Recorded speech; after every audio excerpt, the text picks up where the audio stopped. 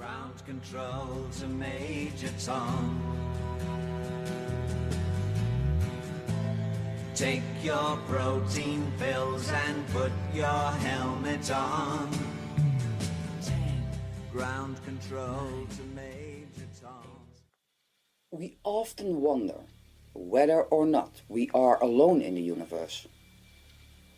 Pondering over the question, if life arose relatively quickly on Earth, could it then be common in the universe? It is indeed promising, hearing scientists say that some bodies in the solar system have the potential for an environment in which extraterrestrial life can exist, particularly those with possible subsurface oceans. But what are the basic requirements for life? Could life have arisen outside the solar system? Perhaps thermodynamically, photosynthesis based on stellar radiation may be the optimal source of energy for extraterrestrial life to rise. Many scientists search for biosignatures within the solar system by studying planetary surfaces and examining meteorites. Some even claim to have identified evidence that microbial life has existed on Mars. Still, the exact origin of life remains an unfathomable mystery. However, this does not mean that it always remains so. I am your host, Maria Anna van Driel, and you are listening to The Next Truth, where science and myth meet. And this week I'm speaking with clairvoyant medium, UFO researcher and co-host of the radio show Twin Souls, Philip Kinsella, about how likely is the evolution of intelligent life outside the borders of our cosmic freezer. This is ground control to Major Tom. You've really made the grade. And the papers want to know whose shirts you wear. Now it's time to leave the capsule if you dare. But it will be interesting to discuss a lot of things with regards to the universe, as you said, UFOs, and the problems we're having at the moment in trying to establish what we are dealing with, and we have to bring elements of consciousness into the fray, which is something that I've been looking into. I'm no expert, but I have my own theories, and they are just theories, that some of which I'm very honored to have had published, but it is a truly perplexing mystery and something that eludes everyone. But I'm swaying more to the fact that our interest in the brain, the way that consciousness works, and how this may possibly be a tool that allows gateways or openings into our psyche. So are we projecting these? Are we bringing them into our reality, or are they real? My question to that is, yes, I believe that they are, but I think they're operating on a higher principle of conscious awareness that we are only beginning to grasp. And the phenomena seems to evolve, which is even more interesting. Why is that? And we'll cover those as well. So I hope that we have a good interview. I know that you're very highly regarded journalist. And Is that so? Oh, thanks. I wasn't aware of that yet. Well, as I say, we're all looking for the Holy Grail. And the one thing that I've always wanted was to establish the truth with no rubbish, the integrity of what we're dealing with, which is very important. And although we can only base most of our ideas on theoretical content, at least we have to utilize these models in order to understand what we are dealing with. Because let's face it, Maria, after all these decades, we're no nearer in understanding just what it is. It's like chasing shadows, but these shadows appear as very real. They integrate on a personal level of the human psyche.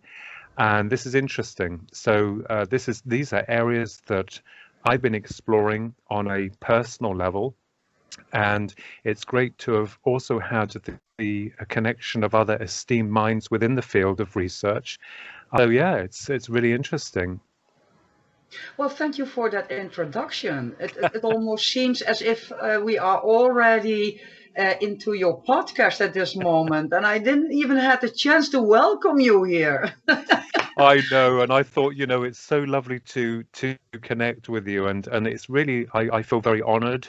And as I said, it's very interesting. I know that people have their own ideas about the subject matter, and we have to be careful not to tread on toes. Mhm. But at the end of the day, it is fascinating. And so, how long have you been? You're obviously, Maria, are very interested in this from a journalistic and scientific level of investigations. Yes. But and that's intriguing to me. So, how did you get involved in all of this? Well, you mean with the magazines and the podcast, or Yes, just personal view, the personal idea? personal. Well, like everybody else, I guess, I assume that we all have experienced moments in our lives that we cannot explain. Yes. And falling in that area, in that range of what people call paranormal or Yes. unexplainable. So I thought that, running around with a crappy camera and a poor vision is not enough. And screaming and yelling around, oh my God, did you see that? And what was that? Etc. So I thought, why don't we combine this unknown realm, what we do not understand or not fully understand yet, combine that with accepted and aware science, and try to walk this path like many other scientists have done in the past, like Einstein, like Newton and Tesla, for instance, Mm, and walk that path like, as they say, or that they call it in the medieval times, like a mysticist, mm. that gray area, and see if we can find um, an answer for what it is that we absolutely not understand at this Correct. moment. Like for instance, what is telepathy? What is consciousness, as you just mentioned? It seems that nobody can point out the location, what consciousness is, or where it is, or what it is doing. Why do we have it? Yes. So that is in a nutshell, why I am Ah, personally interested in all the things that, well, are yeah. foggy, to say so. Yes, that's right. That's it. But it is fascinating to speculate. And I think that, it's not enough just to be told that we live and then we die and consciousness expires. I do not believe that. But I believe that the process perhaps is far more, not frightening, but far more overwhelming to many that can't accept that. And of course, we have to. I mean, I don't subscribe to the religious indoctrinations. I'm not saying that nothing happened. There's a record of events. But I Mhm. also believe that something happened. And I think that we haven't been told the truth with regards to our origins. And this is where it gets really, really deep. And you could bang your head against the wall and go blue in the face and talk for this for hours and still come back to where you started to begin with. So it's Yes, like like I don't know if I pronounce it correctly, like the Ouroboros, if I'm correctly, if I the snake that is eating its own tail. You are ah, starting yes, somewhere and then you come back to that yes. moment that you started with. Yes, So that's yes. right. So So it might there are more questions than there are answers each correct. time again. Yeah, but it's interesting to evolve. And I think we've come a long way now in asking those questions, which were once considered bogus back in the 80s, 70s, even further back than then. And it's really interesting to know that people are now asking and embracing such subjects as quantum theory, as Yes. also consciousness, all these types of subject matters that were considered bogus back in the day. So it's really incredible to see that we've come a long way in now embracing those ideologies as opposed to rejecting them, but we still have a long way to go, I think, in truly understanding the complexity of what we're dealing with. So it's fascinating. And of course, I'm like a kid in a sweet shop. I can't let go. I've got to just grab everything that I get my eyes on. It's like I've got to understand this. Oh, I want to understand that. I can completely agree with you on that. As soon as that you are talking about all these, well, these mysteries in life, this, and you can go on and on about on asking about that. Perhaps this is the purpose of our lives. Just asking these questions and learning from the questions that you are getting. Yes, that's right. And, you know, as we evolve, not just with ufology or the understanding of that subject matter, or indeed the universe, but also with the survival of consciousness and our understanding perhaps of what life actually means, why we're here and why we're going through this process of amnesia, if that is the case. But it is, as I said, you know, everyone is important, and like you, and I can, you know, you normally get a feel from someone, not that I have any right to, but you're right on the ball. I like the way that you think, and like a lot of the researchers that I deal with, and but don't butter people up just because, oh, we're meeting, but I like to walk that line. There are some people who believe in absolutely everything, you know, but what we like to do is we like to think, and we like to look at it. You know, I'm not a scientist, but looking at the data and information and then formulating some kind of hypothesis is what interests me more than anything. So, you know, as I said, you know, it's very interesting territory, and one that has fascinated me since a young lad, as it were. The start off, you're saying you have been fascinated by these topics as a youngster. Yes. What was the moment that, because nobody stands up in the morning and says, oh, gal, I'm going to investigate all the UFO phenomena, or if there is extraterrestrial life or interstellar dimensions where mythological creatures or alien species are dwelling. So what was it that influenced you? There was a well, there has been a number of UFO sightings, some of which were very, very close.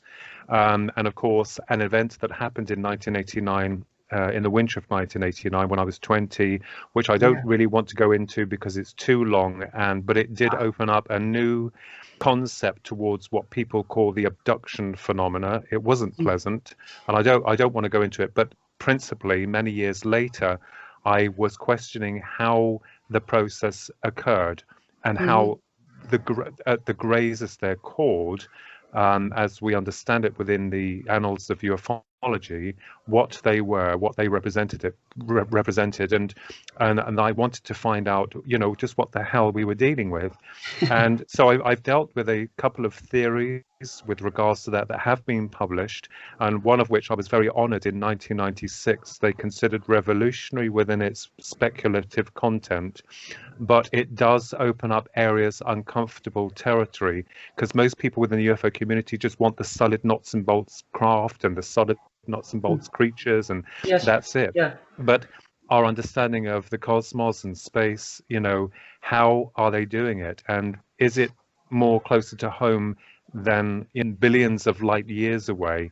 We're not sure, but we're allowed to speculate. But certainly an event in my younger days, with my brother and our grandmother in Middlesex in England here many years ago, and that was an event that started the ball rolling, because we had experienced a silver sphere in broad daylight that came over to where we were, and it was incredibly strange. And no matter how much you try to reevaluate or process the information as it happened, and there's no way of discerning that. And most people can claim anything, but hopefully I'm not one of those people that does. I want to know how things work and the mystery behind it. So that's what really led me into the field of research with regards to not just UFOs, but also consciousness, life after death, if that's the right terminology to use. consciousness. So yeah, it embraced quite a number of subject matters on a serious level of investigation. So that's where I am at the moment. And do you know what, Maria? We still have no answers. We have a blank page. Yes, yes, yes. So it seems. Do you think that when I'm listening to you, it pops up in my mind that alien civilizations or interstellar dimension beings communicating in a telepathic manner? Could Yeah. it be that these beings are actually, because you also mentioned consciousness, you mentioned life after death, that these interstellar beings are just nothing else and only us, meaning this fight, this contradiction is happening inside of us. That is very interesting, and another speculative area that we've been looking into, that we are somehow part of our psyche is projecting the experience through perhaps conscious suppression. We create, we mold through the mind, and then we bring it into physical form if we have the tools to do that. But who is to say that this consciousness is not able to manifest itself within and around us? Because there are some events where there's a UFO encounter and 3 people are present, but only 2 will see it and the other one won't. You see, it's fascinating, isn't it? So we just don't know. But my ideas level more to interdimensional theory and perhaps the dangers of cloning with the greys. That's another area entirely, because if we clone something on a spiritual level, if I use that word lightly, or a conscious level, we might cancel out the journey of our heritage and that they are interested in us. Or, as I said, there are several theories we can take with this. And that's in my books anyway, so what I've written about. But I understand that with your program, we have to direct it in a very orchestrated level and not too far up, because I might be locked up in an asylum afterwards, and I don't want you to be. I don't think that is going to happen. No, that's not going to happen. Hey, but you are saying you use the term cloning on a spiritual level. I have never heard about that. And so what do you mean with that? Well, if we think about us as a sentient life form, and that we reproduce, and that from the understanding of past lives or future lives or our journey on a soul level to the other side, we're a natural process of reproduction. My main theory was around the fact that if I cloned you in a laboratory, although we are clones, but we have identity, we have the substance which makes us what we are. Now, if we cloned you in a laboratory, let's say I cloned you 10 times, you as the natural ingestion of being, when you pass over, my understanding is that your consciousness will go back or transfers back to source. But the copies of you will only have one single imprint of one life. They'll be outside the field of creation, which means that it's been cancelled out. So if the greys have cloned themselves to the point where they don't reproduce anymore, it's interesting why they're interested in human reproduction. And this is an area that I've been arguing for. Maybe there is something from their level where they yearn to become corporeal as opposed to a blank canvas.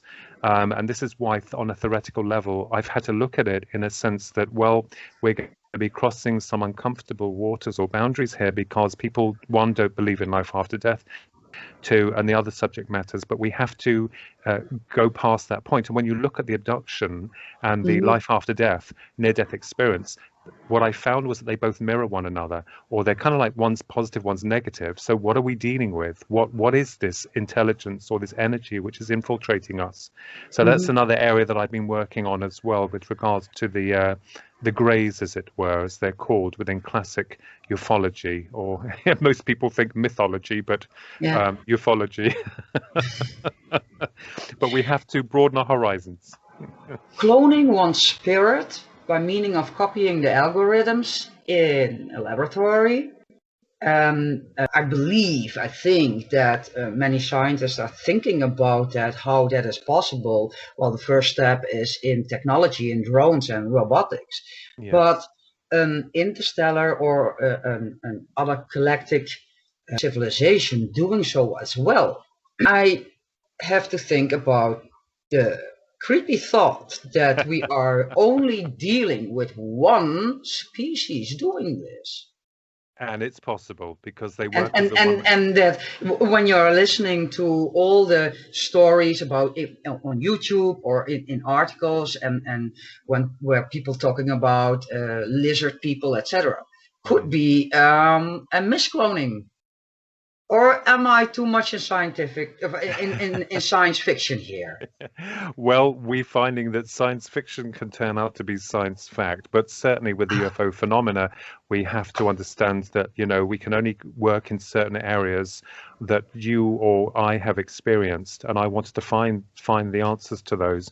But as I said, it is multi-complex, we just don't know, and this is the problem, real problem, real big issue that we have.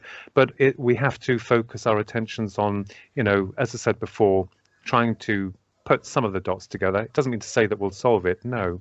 But certainly with regards to the ET hypothesis, it's bizarre within its content. And of course, it gets very muddy because people claim all sorts of things. And it seems to be, with the Greys, the Greys appear to have given more clues than many other interactions with, say, Nordics or whatever people experience. So that's the main area that I've been focused on with regards to the research there. We're just about ready, I think, to go on.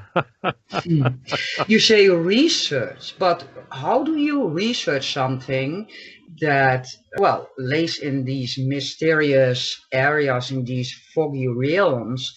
And how do you research this? Well, What kind of yeah, well, investigations do you do? yeah, we do in the investigations within the group that we're linked with and the other ufologists, top ufologists, and we try to find patterns like the near-death experience that occurred with many of the famous neurologists. They found patterns towards the events of what the person was claiming when they were having their near-death experience. And in the abduction phenomena, when someone is abducted, we try to find similar marks with regards to the experience. So we're finding that, someone isn't lying if their event is kind of similar to someone else's, and so on and so forth. So we know that it's a real phenomenon, but we as I said, we still don't know what we're dealing with, but we have to have some kind of theoretical model to work with, or with regards. So consciousness, aliens, interdimensionals, clone beings, robots, us from the future, we just don't know. But at the end of the day, it's good to bash it out, have a good old argument with it. Otherwise we're going to get nowhere fast. No, you say you try to find the similarities in the stories people are telling when they are expressing their experiences in abductions. Correct. You also mentioned marks. Could it be, just I'm playing the devil's advocate here, but could it be YouTube is an avalanche of information about all these things that they're somehow in people's minds, somewhere in the back of their minds, these stories, these movies are playing without our awareness, and that, let's say that a man-made device is flying by. Magnetic fields are being distorted, imbalanced, and that is addressing the mind, the brain waves, etc. And that somehow these thoughts and fears and things that you have seen on television are merging into one story. Is there a possibility that can happen? Absolutely, totally. As I said, we're still exploring the applications of consciousness. We cannot rule that out. We would, you can't rule that out, because that could be a possibility. Remember, we create through the mind. The mind, most people think that the mind is something that's a little box in the head called imagination, and we're still exploring. So absolutely, Maria, yes, we will not in any way counsel that suggestion out, because this could be a new science of the mind or consciousness that we haven't yet understood. It is an odd thought indeed that when, let's say, an advanced helicopter or a drone is passing by, and that this event is taking place, and that somebody, like the Mandela effect, that people are creating a false memory, and that is inducing fear based on, if I may say so, an illusion. That is a creepy thought indeed. Do these investigations that you conduct and the results from that, can we read that also in your books? Yes. Yes, you can. The I case would files in the book. love to hear from you. Which outcomes have you written down? Or perhaps just reveal a little bit. I can do, yes. Make me curious. One of the cases that we dealt with was Terry Lovelace, and he is from America. He is Assistant Attorney General, and he had an experience at Devil's Den back in the 70s, and it involved a triangular UFO with his buddy Toby. They'd gone out there to camp to get away from their wives for the weekend, and they had an experience that was very traumatic, and the military got involved because we were part of the military establishment, so the military were aware of what was going on. And Terry Lovelace actually also had implants that were implants inside one of his legs, well, both of them actually, but more so in one of them. And the medical team that investigated this were totally astounded. So this was all documented. He's written 2 books. One's called Incident at Devil's Den, and he's written another one just recently that's come out. So it's really incredible. So obviously this phenomena is able to leave physical traces upon the body, or indeed within the body, and that is puzzling.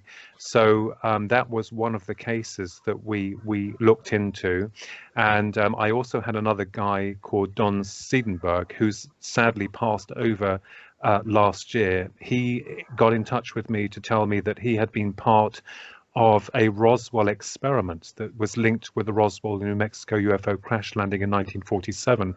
And he was assigned to Edwards Air Force Base many years later to perform an experiment with a serum. And he was selected because he was only a small man.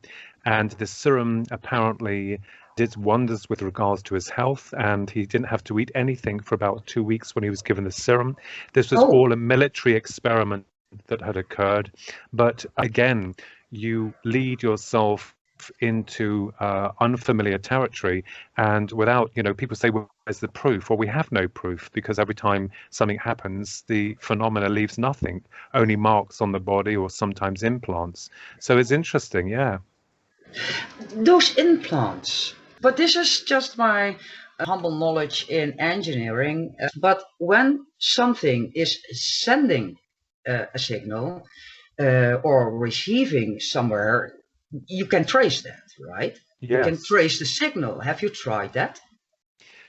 No, not at all. Not by any means, because we wouldn't know how to do that at this present moment in time. If you take, for instance, I always liken the human brain going back to consciousness. You have a physical device, which we use, the mobile phone, and it's designed to collect signals that we can't see, and those signals are broken down into a language that will, be able to tell us what we're reading and what information is coming through. And we can also send information out via this signaling system. So we do have to have some kind of apparatus to collect the signals. But it's interesting because perhaps we're dealing with alternative energies or dimensions of awareness which are oscillating around us that we can't see, and that sometimes on some levels that energy or intelligence is able to infiltrate into our consciousness and thereby make a connection with us. So this is another area that we've also been looking at. Mediumship, for instance, I'm talking about, the channeling, or it's information coming through on a high level of energy that we can't see, and is being, translated through to the mediator into a language that they understand. So, it's not just about UFOs. We're also dealing with a larger prospect of consciousness, and what consciousness is, where it comes from, why it does what it does, and why we as a human species are the only species on this planet that have been afforded the level to question, to develop, to evolve, because the rest of life on this planet, unfortunately, I'm not saying in a stagnatory loop of evolution, but we are so far removed from the rest of nature. And I think it's interesting that we, are left to speculate our genesis, what we are, where we come from. We have a whole host of ancient documents which purportedly try to explain the process of our beginnings, but I'm not so sure about that. I think that in order for us to go back and to find out is almost impossible. And you've got a lot of people in the scientific communities that hold fast to the fact that, well, it's this or it's that. But let's just face it, we don't know. We don't know where we evolved from, how we came into being, and why we are the way that we are, that we have consciousness. This almost sounds as if you are saying that we are being, finger quote, put on this planet by an laboratory experiment. That seems to be the case, and I know most people within the scientific community would denounce that fact, because the theory of evolution stands with Darwin's concept that we are derived from apes, but we're so far removed. I mean, we have a lot of our cousins in us, but there could have been an infusion of DNA from something else which created the model of what we are today. So, this is where pseudoscience comes into effect, but we have to understand that science continuously changes and evolves the more we discover. I mean, another question here, throwing it out there, another thing that fascinates us is the universe. I mean, we're on this tiny little, now known to be insignificant planet that is not in the center of the universe. And we're finding that we're looking now into the universe. What are we contained in? Are we contained in something, or does it go on forever? Are we in some type of donut-shaped mechanism? The universe is 68% dark energy and 27% dark matter. And, the 5% or less is what makes us what we are. So we're beginning to find that people talk and they argue about certain subject matters and about consciousness, but it is fascinating to speculate about what we are in. I used to believe, Maria, taking it slightly off the serious note, that when I was a kid, I thought that the world went on forever. I thought that we could walk the land and it went on forever. And I'm not one of these flat earthers, please. Okay. But as a child, I just thought that it went on forever. And then when a school teacher showed on a chalkboard that we were on a planet, I literally grabbed hold of my chair because I thought I'd fall off. And then the horror of then working out, well, if we're on a planet, what's holding it up? Where are we? And then, of course, as we evolve, as we get older, we begin to find more fascinating questions with regards to what this is. And science has progressively discovered that dark energy is responsible in, a lot of the universe's makeup, but also dark matter, which we don't quite understand. And we're understanding also that the universe, although primarily we came from what is considered the Big Bang, and if there's any form of explosion, it's very quick within its intensity and then slows down. But we're finding, shockingly, that it seems to be speeding up, or at least that's the data. Now you are coming into my favorite hobby, and that is physics, particle physics, nuclear physics, etc., as well as holographics.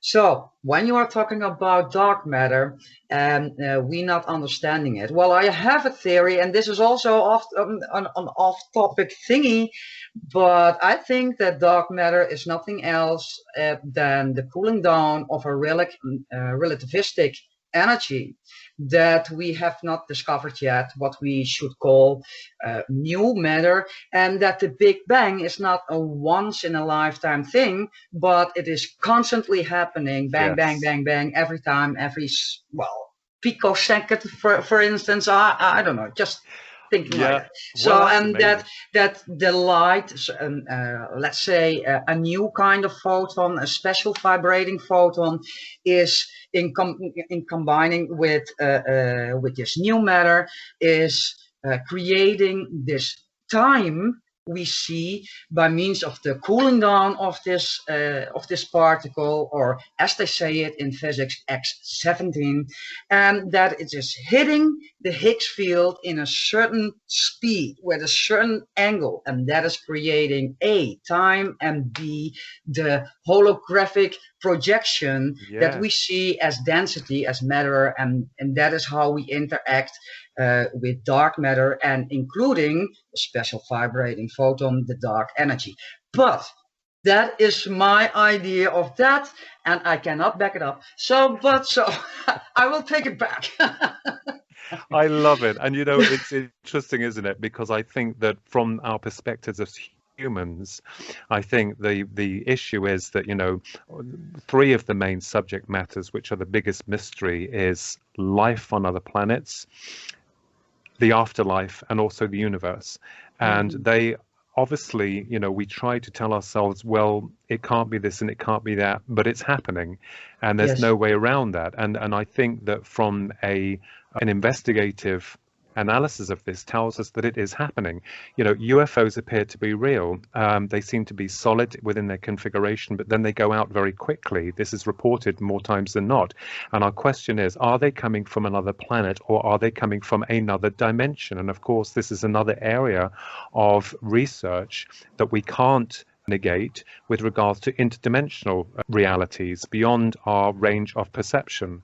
So, with regards to the UFO subject, which I have been heavily involved in for many, many years and researching, what I said before is that we're now discovering that we're looking into other aspects that was never dreamt of before, and that is what we mentioned earlier, consciousness. And I think it's very important for us to understand that, this reality is or appears to be real. It comes in very real, but then more times than not goes out very quickly. So I'm on two sides of the coin here.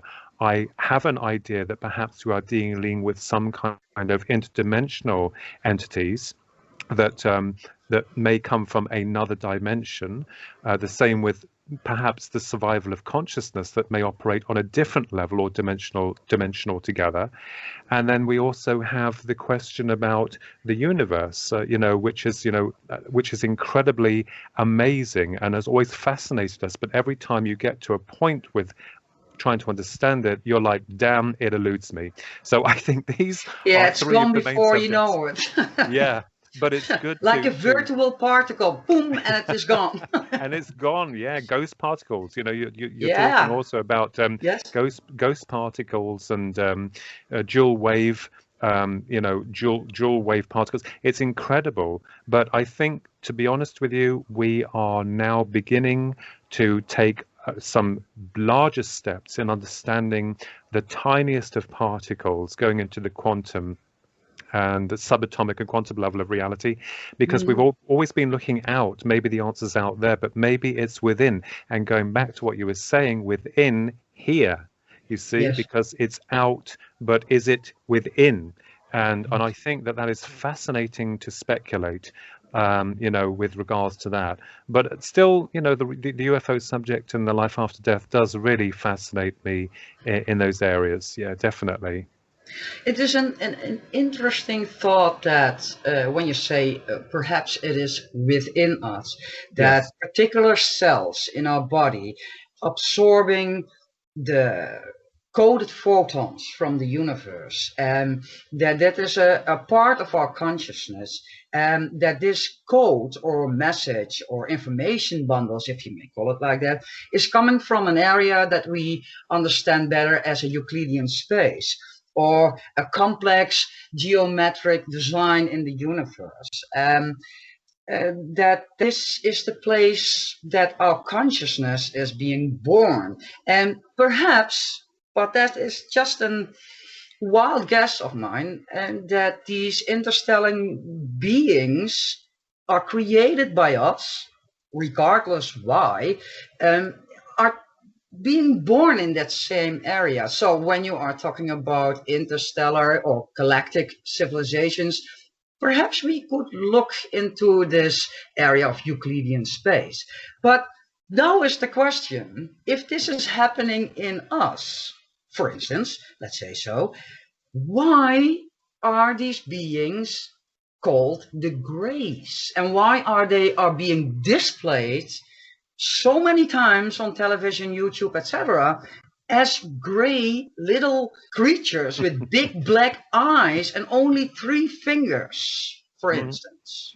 Well, that's fascinating. And we've looked at very briefly very simply the analogy that, whether or not this is something that's being generated within the deep recesses of the mind that then can manifest in form. Mind consciousness is very interesting because we do it in a very slow way where we visualize something and then we use the materials if we have them to build it, even images or, ideas. But at the same Simplifying the token, objects. yes, but at the same token, the greys are extremely elusive within their nature, and yet people report them. So are we dealing with something that's a manufacturing of the mind that plays out as a reality, just as, many people create the most wonderful works of art, music, documentaries, whatever it is, it's all created through the mind. So could we take it one step further and think that perhaps that if there are interdimensional entities that operate on different frequencies of awareness, that they are using us as some type of time vessel to send or link with us from their space, from their realm? These are fascinating concepts. I remembered watching the film Contact with Jodie Foster. Yes, And I a love that brilliant one. film, yes. And and she was trying to convince the scientific community that that she had experienced a reality that was real to her, and obviously it changed her. And this is what we find with the UFO abduction experience, where people are changed, rather like the near-death experience when someone has clinically died and they report, they come back, and more times than not, if the physical body has been suffering some terminal illness, and when the person's consciousness in a near-death experience has removed itself temporarily and been returned, the body kind of reconfigures as though the energy is being corrected within its frequency, or within its vibrational frequency, whatever level those vibrations exist on. So with the abduction phenomena, these experiences kind of change the individual. And I think in some ways, on a very positive level, people become more open or aware, or they question life, the meaning of the universe, about what it means to be human. So in retrospect, I don't think in many ways that it's a negative experience, although it appears to be so. But it's interesting, isn't it, to fight and argue over these ideas of whether or not it's a part of us that's coming into us, or that we are extending a part of us outward, or that these other beings are connecting through to us like a time mechanism, a biological time mechanism, because they're too far away to connect with us. And the same with the remote viewing and astral projection. We hear about these stories where consciousness is able to temporarily leave this space and transverse backwards or forwards or wherever. So it's really fascinating in its content, but it tells us categorically that, for any researcher trying to explore these uncharted realms, we can only use speculation or models or hypotheses in order to construct those. But I think, when I say to people, they say, well, I don't believe in UFOs and I don't believe in life after death. And I say, okay, well, look out there, look up there in the dark and look at space. Tell me. It's so immensely wide, so enormous. There has to be something there that we do not know yet. Yeah, and I think that order definitely is something that occurred, because people say chaos through order or order through chaos. Yes. I rather romanticized, if I may dare use that word, in believing that there was design and purpose to creation itself. What is puzzling, though, is the fact that no one's given us any of those clues. We either find them in the past, or we try to build up a hypothesis or a model, or work with other minds to try and generate some kind of sense to all of this. But I do not believe for 1 minute that this is all waste. I've never believed that. I've never subscribed to that. I believe that there is continuation. I believe that there is order, or there is purpose and design behind our genesis. We're just too brilliant to a degree, if I may butter humanity up, to just be an accident. And I've never subscribed to that fact. But we still, don't know what we are, where we came from, if we were created, who created us. And I still believe that might have had some help from extraterrestrials in genetically building or designing us. After all, we were told, weren't we, that in most authors and researchers have said, well, we were designed as slaves. Well, not much has changed today, is it? Because we're still serving a system, and we're still, servants to that system. But it is interesting Interesting. Yeah, very interesting. While I'm listening to you, I was already wiping my previous idea about Euclidean space from my desk, thinking in this idea that the universe contains from many waves and frequencies and sound Yes. and etc. So Yes. hitting the Earth and the Earth atmosphere and thus us is affecting our brain waves in certain ways, slightly, not completely. So everything that we could be, everything that we see or think that we see, or that has to do with alien civilizations, or could be plain simple a frequency from the universe hitting your brain waves and Yeah. altering it. So what Yeah. you are hearing, what you are seeing is just, like you said, the simplifying idea or the simple shape that we can understand in our not completely evolved brain and translate it in something that we understand, just plain simple coming from the universe. And sorry to say so, in that idea, aliens do not exist. Yes, that is, as I said before, I'm not one of these people who will stand and say that, no, I disagree. We can't. We can't do that because we have to think about other areas of what we may be dealing with. But it is superb within its content and fascinating. And, the experiences that I have had tells me that there is an alternative reality that we're still exploring. And whether or not this is something that's generated through consciousness. In fact, there are a lot of researchers now who are steering more the theory that perhaps this is something that we ourselves are generating within the mind. That is and seriously, that is because we haven't got any nearer into solving the UFO problem because we have no physical proof. In fact, all we have are people's experiences. So that is something that is very much respected within the UFO community. There are others who also believe that more so that we may be dealing with some kind of interdimensional intelligence. But this intelligence, we must, make clear, does not want to be known because within the abductions, the greys, as you mentioned earlier, and which I've been looking into for many years, are very elusive. They're able to go through walls and doors. They take the person through walls and doors. They communicate via telepathy. They're interested in some form of reproductive program, which astounds us, and very strange for a species that for themselves cannot reproduce.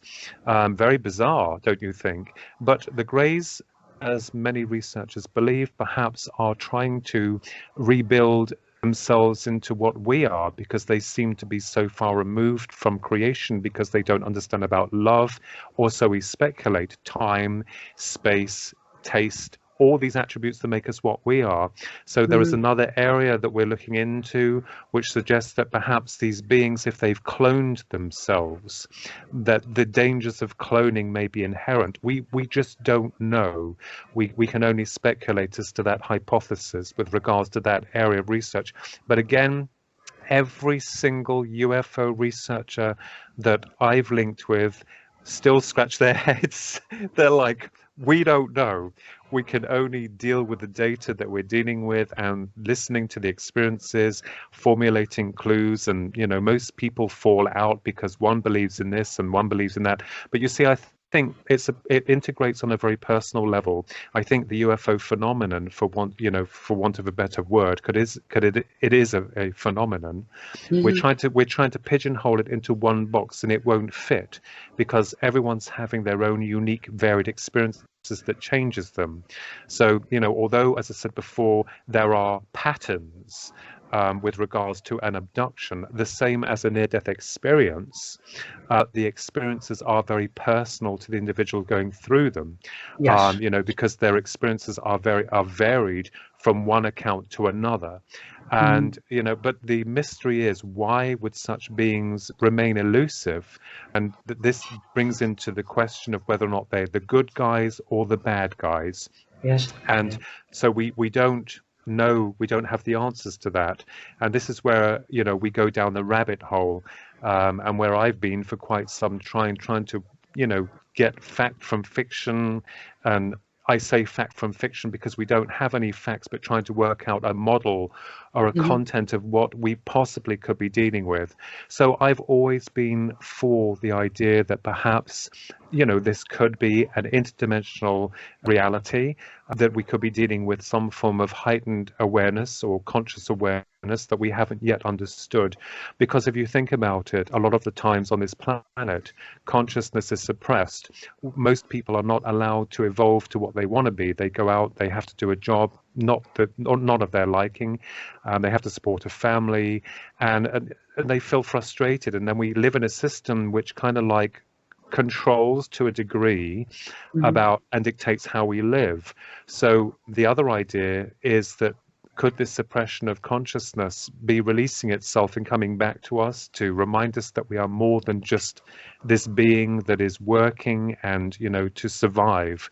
So there are different aspects that we have to bring into the fray. But it is interesting. If I was sat in a circle of scientists, they would eat me alive. They would tear me to pieces. I think you would be surprised how many scientists will agree with the idea that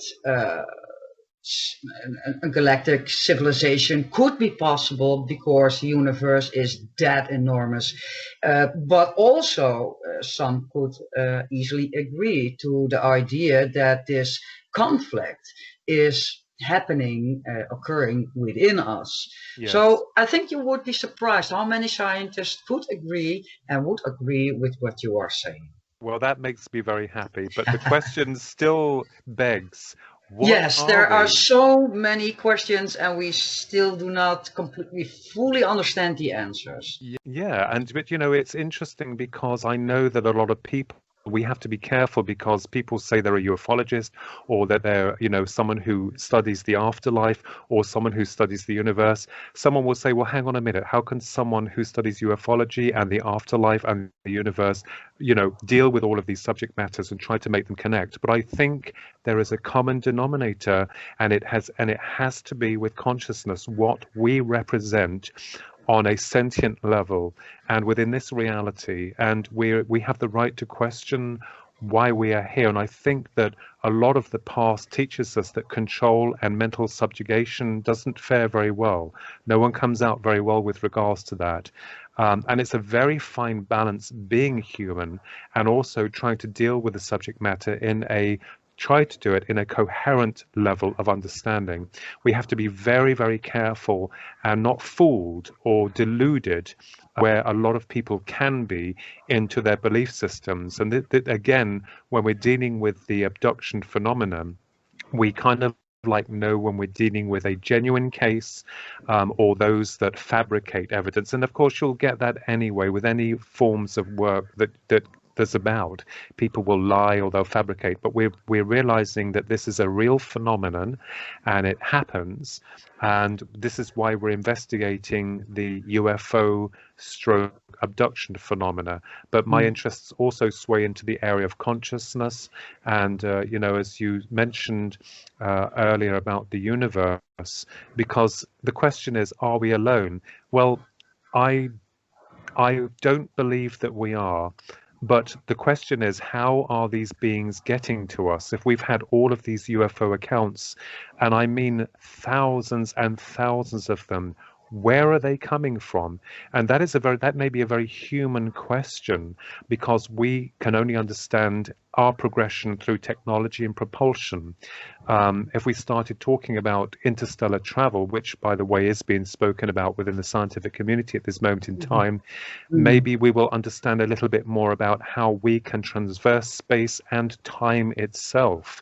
And this is something that, because we're not accepting of that, because we haven't generated that physically, I think that perhaps when we evolve to that part, and I believe that we will at some point evolve to that if we don't kill ourselves off in the meantime as a species. I believe that perhaps then we'll have more of the answers of what we're looking for, because when we go back into the past, what they believed was very simplistic in nature, and maybe people laughed at them saying, oh, that's impossible, and then we go forward a couple of 100 years and that impossibility becomes a possibility.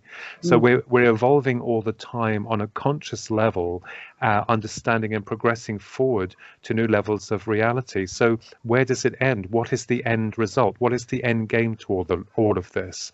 And this is where we enter those areas, or ethereal areas, as it were, that we can't quite answer. We can only go by what other people report, what they've filmed, what they've experienced, and bringing that information to the table. But once again, we just don't know, because the UFO phenomenon eludes us continuously. Indeed. Interstellar traveling. I think that it is that these creatures, these beings from other galaxies, are also not capable of making this enormous jump through time and space, and that is possible, a possible reason why telepathy is being used, or why Yes. messages via light are being used. Yes. Philip, I see that the hour is almost over. But I do want to ask you this, because I read that you have been working on, or almost are about to publish, a new book.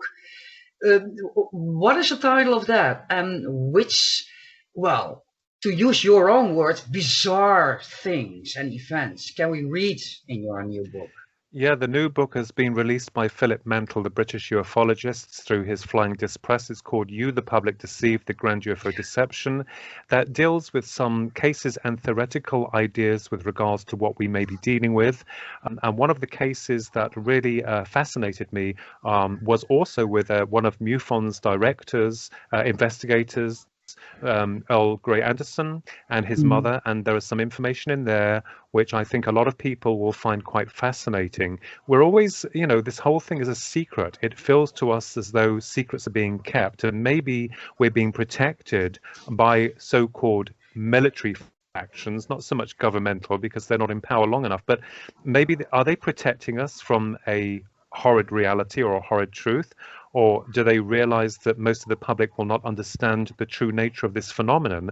And I think by continuously promoting flying saucers with little grey men, they seem comfortable with that, and people accept that. So I think as a united level, the reality of what we're dealing with may be far more complex, which it is, and more disturbing in nature, because we've been exploring territory where the phenomena doesn't appear to have our best interests at heart. So again, we hypothesize within the work about what we could be dealing with. And there are several theoretical pieces in there. It doesn't mean to say they're right. They're only theories, but we have to start somewhere. Yes, we have to make a start somewhere. Yes. Philip, aliens from other galaxies visiting Earth, using telepathy or any advanced form to communicate with us. Or, on the other hand, it could be possible that this whole story about alien civilizations are no fact at all, and is just a conflict within ourselves. As I just mentioned, our hour is almost over. But before we close out, can you tell us where we can find more information about your previous books or your upcoming book, your radio show, what you are co-hosting together with your twin brother? I believe the radio show is Twin Souls. Correct. For people to contact you when they have questions. And I think that they have. Yes, okay. So I've written quite a number of books. Most of them are out of print now, because when they were published, the publishers then only published so many before they get sold. But several of my books are available on Amazon. One of them is called A Passage to Eternity, The Enigma of the Dead, UFOs and Aliens. The second one is Guardians of the Dead, which deals with the afterlife or concepts of that. And the new one is called You, the Public Deceived, the Grand UFO Deception. They are published on Amazon through Philip Mantle's Flying Disc Press, and you can get them there. So, yeah, and you can contact me on Facebook. I did have a website, but we're building another one, so that will take a while because I want that to be really quite different. UFOs and psychic phenomena and like this type of thing, so that's in the works. Thank you all for tuning in this week on The Next Truth, where science and myth meet. Make sure to visit our website, www.nexttruth.com. That is nexttruth, all in one word.com. And let us know what you think about our podcast. While you're at it, if you found value in this show, we would appreciate a rating on our website in the section The Next Truth Podcasts. Or if you would simply tell a friend about the show, that would help us too. I am Maria Anna van Driel with The Next Truth. Be sure to tune in next week for our next episode.